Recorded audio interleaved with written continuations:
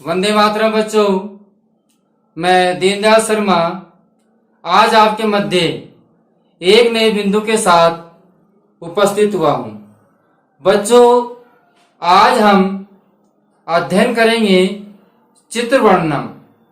चित्र वर्णन का तात्पर्य है कि चित्र के माध्यम से हम उस विषय वस्तु का वर्णन करना है कि हमको चित्र में क्या क्या वस्तु दिखाई दे रही है। उन वस्तुओं के माध्यम से कुछ वाक्य बनाने होते हैं जो हमारे बोर्ड परीक्षा एवं स्थानीय परीक्षाओं में ये संस्कृत विषय में प्रश्न मुख्य रूप से आता है। बच्चों, इस प्रश्न के अंतर्गत हमको सर्वाधिक अंक भी आने के चांस रहते हैं, क्योंकि जो ये टॉपिक है ये बहुत ही सरल है और हम इस टॉपिक को चित्र के माध्यम से एवं हमको इसकी सहायतार्थ मंजूषा भी दी जाती है, तो हम चित्र एवं मंजूषा की सहायता से वाक्य बनाते हैं। तो बच्चों, आज हम चित्र और मंजूषा की सहायता से वाक्य बनाना सीखेंगे और उसका अध्ययन करेंगे, अभ्यास करेंगे। तो बच्चों, अब आप वीडियो पर जुड़े रहे। अब देखते हैं कि हमें जो चित्र दिखाई दे रहा है, आज ये चित्र हमारे विषय में गुरुकुल विषय का चित्र है। अर्थात इसमें जो गुरु है वो अपने शिष्यों को अध्ययन करवा रहा है। तो आज हम इस चित्र को देखते हुए एवं मंजूषा के आधार पर हम वाक्य बनाएंगे। बच्चों, हमारी परीक्षा के अंतर्गत जिस प्रकार का प्रश्न आता है वो प्रश्न आप ध्यान से समझे। हमारी जो परीक्षा के अंतर्गत प्रश्न आता है वह प्रश्न आता है आद्य चित्रम, मतलब नीचे जो चित्र दिखाई दे रहा है उसे मंजूषायाम प्रदत्त शब्दानाम, मतलब मंजूषा में प्रदत्त शब्द हैं जो शब्द दिए हुए हैं सहायताया, उनकी सहायता से गुरुकुल के विषय में अष्टवाक्यानि 8 वाक्य संस्कृत भाषा में लिखने हैं।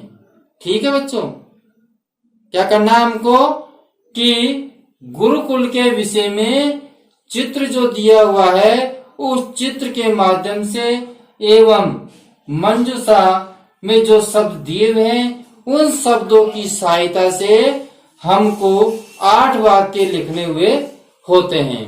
तो बच्चों, इस प्रश्न को हल करते समय हमको ये ध्यान में रखना है कि हमारा जो चित्र है वो चित्र क्या भाव प्रकट कर रहा है और उसके भाव के अनुसार किस प्रकार का वाक्य बनता है। अगर हमको भाव प्रकट आ गया तो हम उसका वाक्य बना देंगे। जैसे कि चित्र में दिखाई दे रहा है कि गुरुकुल है, तो हम लिख देंगे इदम चित्र गुरुकुलस्य वर्तते। इदम चित्र मतलब यह चित्र गुरुकुल का है। इसी प्रकार और देखिए आगे, इसमें क्या दिखाई दे रहा है, जो गुरुजी हैं वो क्या कर रहे हैं, पढ़ा रहे हैं। शिष्य क्या कर रहे हैं, पढ़ रहे हैं। तो हम लिख सकते हैं अत्र गुरु पाठयति शिष्य च पठन्ति। ठीक है, और हम देखते हैं गुरु जी के पीछे क्या है, वृक्ष है। तो हम वो वृक्ष के ऊपर क्या है, पक्षी उड़ते हुए दिखाई दे रहे हैं। तो हम लिख सकते हैं वृक्ष वृक्ष में खगा उत्पतंती। तो इस प्रकार हम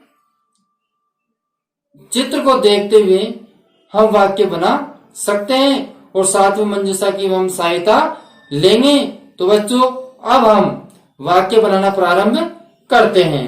जैसा कि हमारा पहला वाक्य है कौन सा वाक्य बच्चों? पहला वाक्य है। मैंने आपको क्या बताया था? इदम चित्रम, इदम चित्रम, यह चित्र किसका है? गुरुकुलस्य, गुरुकुल का, गुरुकुलस्य वर्तते। ठीक है, इदम चित्रम गुरुकुलस्य वर्तते, यह चित्र गुरुकुल का है। अब दूसरा वाक्य देखिए, दूसरे वाक्य में क्या दिखाई दे रहा है? गुरुजी क्या कर रहे हैं? गुरुजी क्या कर रहे हैं? पाठयति, पढ़ा रहे हैं, और शिष्य पढ़ रहे हैं। अब बच्चों हम देखिए,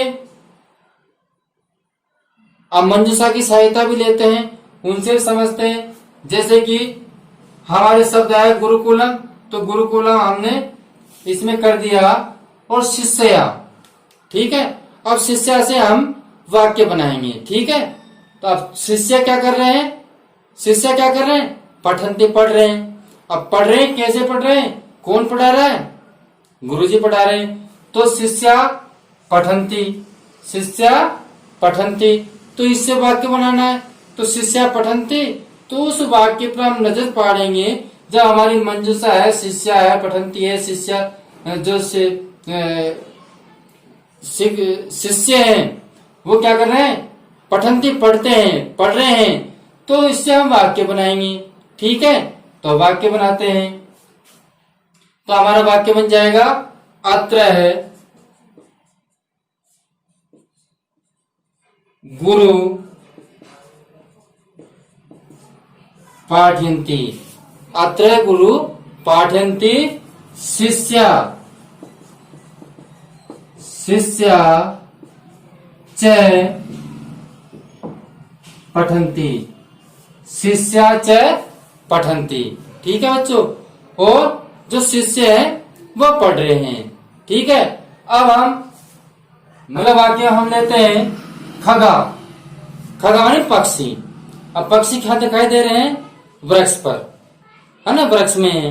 तो वृक्ष में क्या कर रहे हैं? पक्षी क्या कर रहे हैं? वृक्ष में उड़ रहे हैं, पक्षी वृक्ष में उड़ रहे हैं। तो हम इससे आधारित एक वाक्य बना सकते हैं। हमको यहाँ खगा दे दिया, तो अब खगा माने पक्षी होता है। अब हम पक्षी की प्रतिक्रिया देखते हैं, पक्षी कहाँ हैं, पक्षी क्या कर रहे हैं, तो उनके आधार पर हम वाक्य बनाएंगे। ठीक है बच्चों, तो हमारा वाक्य हो गया, वृक्षे खगा, वृक्षे खगा उत पतन्ति, वृक्षे खगा उत्पतन्ति। ठीक है, अब आगे देखिए, आगे मंजूषा जैसे कि कुटीरम है, कुटीरम होती है कुटिया। ठीक है, अब जो कुटिया है वो हमको जो गुरुजी है उनके पीछे क्या दिखाई दे रही है? कुटिया दिखाई दे रही है। तो हम लिख सकते हैं अत्रे गुरु कुटीरापि दृश्यते, यह गुरु जी की भी कुटिया दिखाई दे रही है। तो हम बच्चों क्या लिख सकते हैं? अगला वाक्य हमारा हो जाएगा किस पर? कुटीरम के ऊपर। तो हम लिख सकते हैं अत्र माने यहाँ। ठीक है, गुरु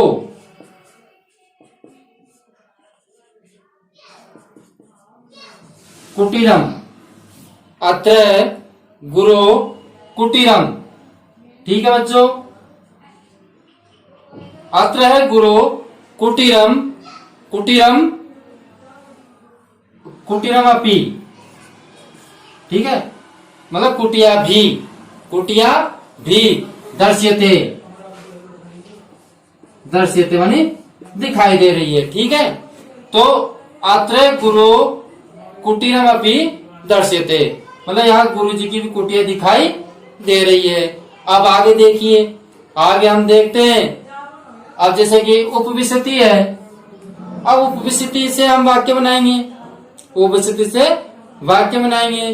तो उपविशति माने होता है बैठे हुए हैं। अब बैठे हुए कौन दिखाई दे रहे हैं? बैठे हुए गुरुजी और शिष्य दिखाई दे रहे हैं। तो गुरुजी कहाँ बैठे हुए दिखाई दे रहे हैं? गुरुजी वृक्ष वृक्ष के नीचे बैठे हुए दिखाई दे रहे हैं। अध्य माने नीचे, तो गुरुजी क्या वृक्ष के नीचे बैठे हुए दिखाई दे रहे हैं। तो हम बना सकते हैं गुरु वृक्षस्य अध्ये उपविशति। ठीक है, तो उपविशति से वाक्य बन गया। हमको यहाँ हमने मंजूषा देखी और मंजूषा के आधार पर हम उस चित्र के भाव को समझते हैं।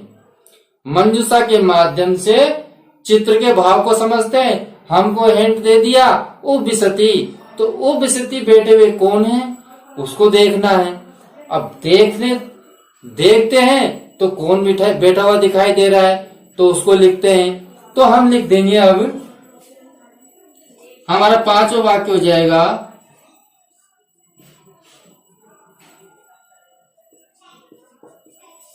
गुरु या गुरु। गुरु या गुरु कर सकते हैं। गुरु वृक्षस्य, गुरु वृक्षस्य, वृक्षस्य अध्ये, वृक्षस्य अध्ये, गुरु वृक्षस्य अध्ये उपविशति। उपविशति क्या हो जाएगा बच्चों? उपविशति।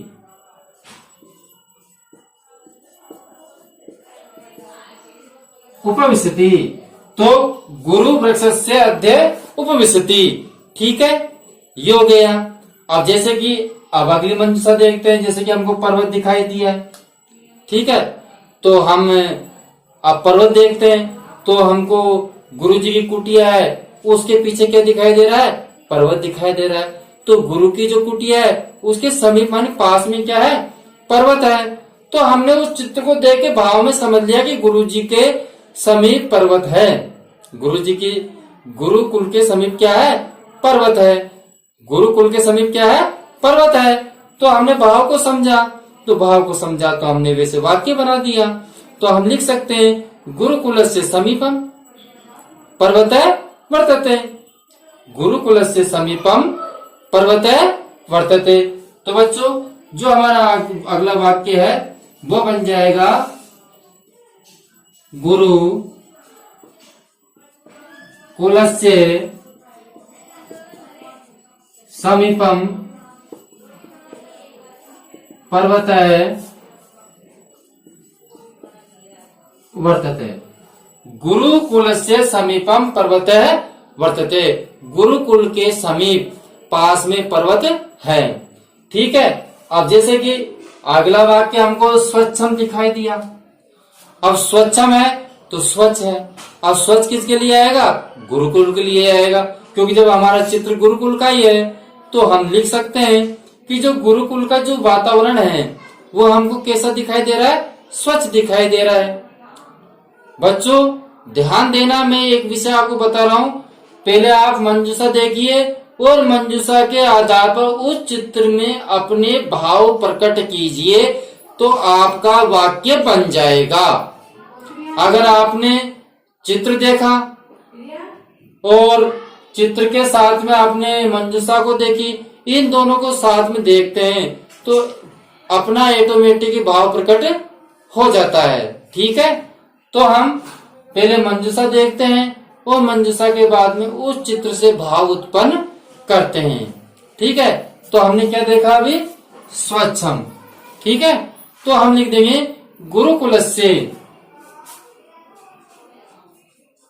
अगला हो जाएगा गुरु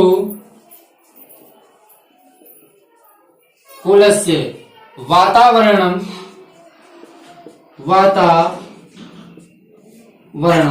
गुरुकुलस्य वातावरणम स्वच्छम भवति। कैसा बच्चों? स्वच्छम।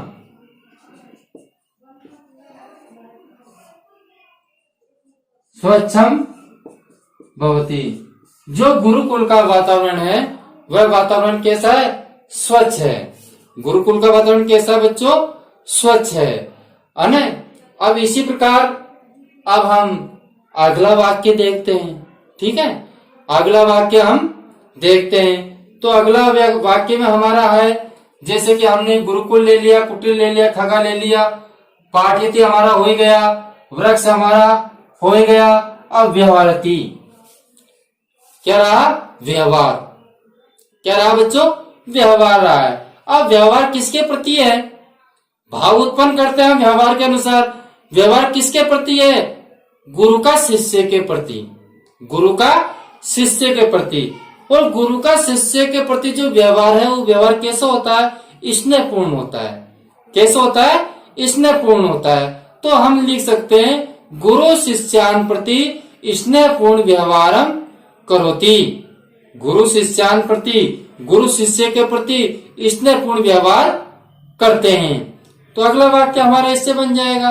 मतलब कहने का तात्पर्य, पहले मंजूषा देखिए और मंजूषा के बाद में चित्र से अपने भाव प्रकट कीजिए और भाव प्रकट करके अपना वाक्य पूर्ण कीजिए। ठीक है बच्चों, समझ गए मैं जो बात आपको समझाना चाहता हूं? ठीक है, तो अब अगला वाक्य बनाइए। अगला वाक्य हमारा था गुरु शिष्यान।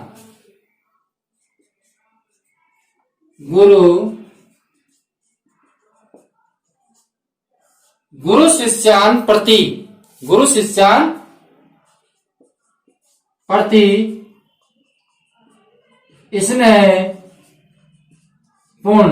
स्नेहपूर्ण व्यवहारम करोति।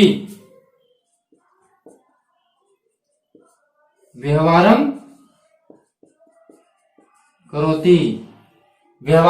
करोति। तो गुरु शिष्यान प्रति स्नेहपूर्ण व्यवहारम करोति। तो बच्चों आपके समझ में आ गया। हमारा पहला वाक्य बना था कि इदम चित्रे गुरुकुल से वर्तते, यह चित्र गुरुकुल का है। दूसरा है अत्र गुरु पाठयति शिष्या च पठन्ति, यहाँ गुरु पाठयति माने पढ़ाते हैं। यहाँ गुरु पढ़ाते हैं और शिष्य पढ़ते हैं। वृक्षे खगा उत्पतन्ति, वृक्ष पर सप्तमी विभक्ति में पेपर, तो वृक्ष पर पक्षी उड़ते हैं। और यह अत्र गुरु कुटीरापि दर्शते, यहाँ जो गुरु जी की कुटिया है वो भी दिखाई दे रही है। गुरु वृक्ष से अध्यय उपस्थिति, गुरु वृक्ष के नीचे बैठे हुए हैं। ठीक है। गुरुकुल से समीपे पर्वत वर्तते, और गुरुकुल के समीप क्या है? पर्वत है। गुरुकुल के समीप क्या है? पर्वत है।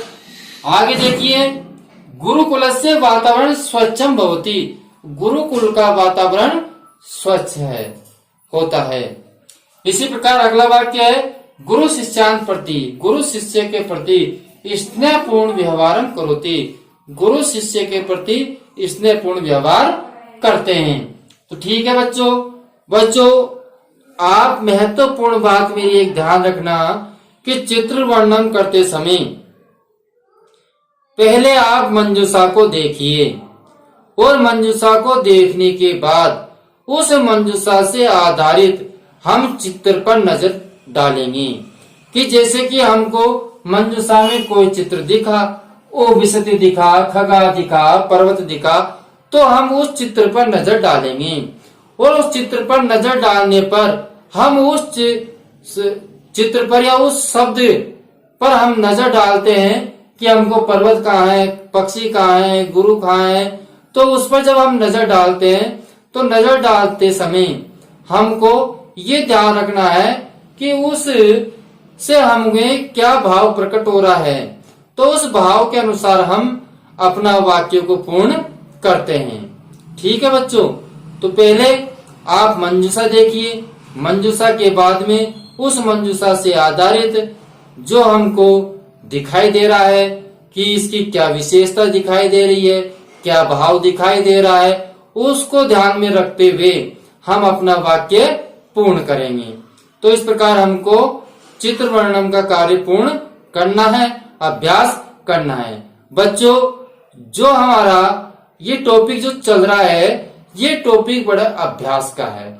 इसका जितना आप अभ्यास करोगे उतनी आपके अंदर निखारता आएगी और आप उन चित्रों के माध्यम से आप वाक्य बना सकते हो। तो आप अन्य और भी चित्र देखते हुए आप उसका विचार कीजिए, स्मरण कीजिए और उस चित्र को देख करके आप अपना भाव प्रकट कीजिए कि इसमें चित्र में क्या क्या दिखाई दे रहा है। तो उसके आधार पर हम वाक्य बनाते हैं, तो हम उसको अच्छी तरह पूर्ण कर पा सकते हैं। अब बच्चों, जिन्होंने हमारे चैनल को अभी तक लाइक नहीं कर रखा है, वह इस वीडियो को लाइक करें। चैनल को जिसने सब्सक्राइब नहीं कर रखा है, वह चैनल को जरूर सब्सक्राइब करें।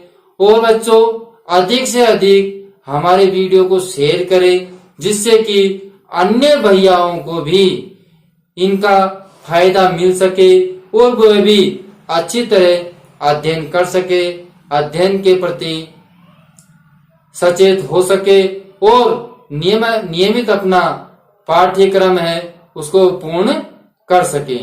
बच्चों, अब हम आपसे विदा लेते हैं। अगले वीडियो में फिर मिलेंगे।